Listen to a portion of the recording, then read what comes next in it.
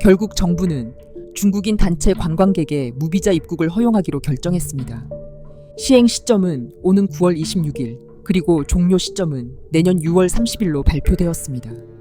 겉으로는 관광 활성화와 지역 경제 회복이라는 명분이 내세워졌습니다. 하지만 그 시점들을 가만히 들여다보면 어딘가 석연치 않은 느낌을 지울 수 없습니다.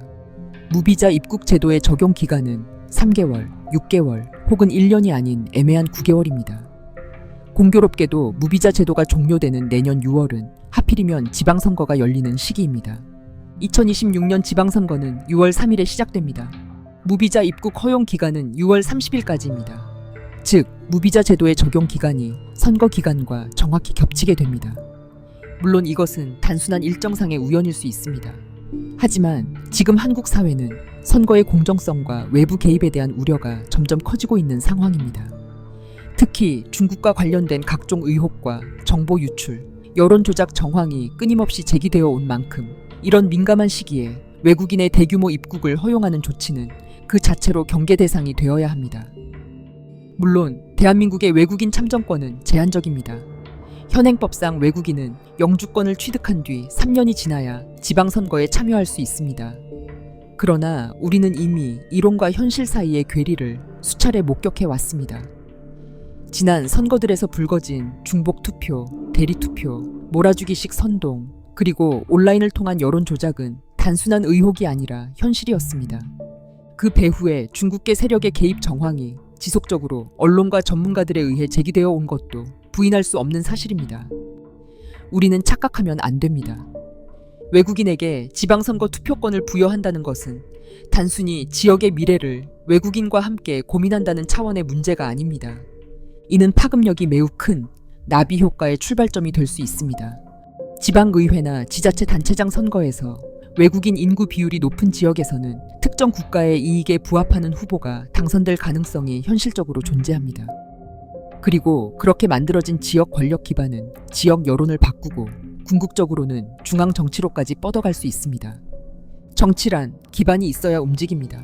만약 외부 세력의 직간접적인 지원을 받은 지방 정치인이 중앙으로 진출하게 된다면 그 영향력은 지역에 국한되지 않습니다. 국가 전체의 정책과 방향을 뒤흔들 수 있습니다. 이쯤 되면 지방선거에서 외국인의 투표권을 허용하는 제도 자체가 결국 중국인을 가장 유리하게 만드는 장치로 기능할 수 있다는 우려는 결코 과장이 아닙니다. 표면적으로는 합리적 포용처럼 보일지 모르지만 결과적으로는 특정 국가의 입맛에 맞는 정치인을 선출하는 구조적 통로를 열어주는 셈입니다. 외국인에게 지방선거 투표권을 부여한 제도의 출발점은 2005년이었습니다. 당시 열린우리당의 이강래 의원이 대표 발의한 공직선거법 개정안은 외국인에게 지방선거 투표권을 부여하는 내용을 담고 있었습니다. 이 법안은 같은 해 국회를 통과했고 2006년 제4회 지방선거부터 본격적으로 시행되었습니다. 그 결과 대한민국에 체류하는 외국인, 특히 중국 국적자와 조선족 다수가 합법적으로 투표권을 행사할 수 있는 길이 열리게 되었습니다. 이 법안은 열린우리당 주도하에 통과되었으며 당시 노무현 정부는 다문화 정책, 인권 존중, 지방 분권이라는 명분을 내세웠습니다. 즉, 외국인의 지방 정치 참여를 민주주의의 확장으로 포장했던 것입니다. 그러나 이 같은 변화는 여야의 이견 없이 이루어진 것이 아니었습니다. 일부 한나라당 의원들 역시 해당 법안에 찬성표를 던졌고 원희룡, 남경필 의원 등은 이후 외국인 선거권 확대를 위한 추가 법안을 발의하기도 했습니다. 법과 정책은 시대를 반영하지만 정치는 항상 그 제도의 허점을 누군가가 이용할 수 있다는 점을 전제로 해야 합니다. 2005년의 법안이 20년이 지난 지금 또 다른 정치적 도구로 전락하고 있다면 우리는 그 시작을 되짚고 다시 검토할 책임이 있습니다.